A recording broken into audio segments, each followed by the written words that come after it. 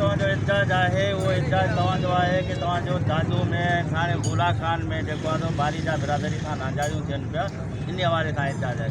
इन हवाले सां तव्हां छा चवंदो?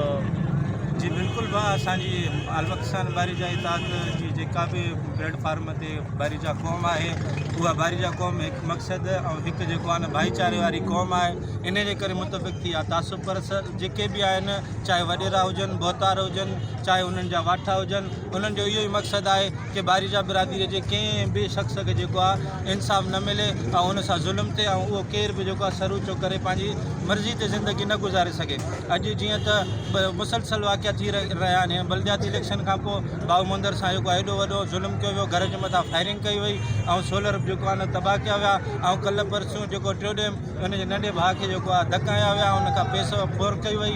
असल उहे फोरूं न हुया, उहे वॾेरे जा मोकिलियल माण्हू हुया।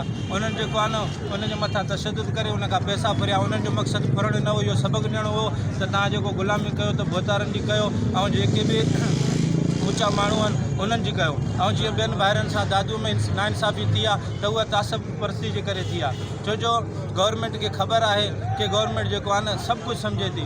अला हुकाम छो एक्शन नथा वठनि, बारीजा बिरादरी सां छो ज़ुल्म थियनि था।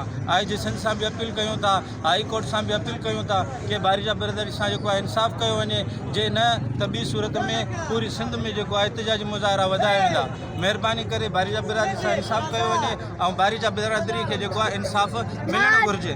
ऐं हंधि हंधि जेको आहे न पूरे पाकिस्तान में सिर्फ़ु बारीजा बिरादरी ते छो ज़ुल्म थियनि था, चाहे बलूचिस्तान खां वठी जेको आहे सिंध ताईं अचु, सिंध खां वठी जेको आहे न सिंध जे आख़िरी कोणे ताईं वञु, त हिननि सूबनि में छो थियनि था बारीजा बिरादरी सां?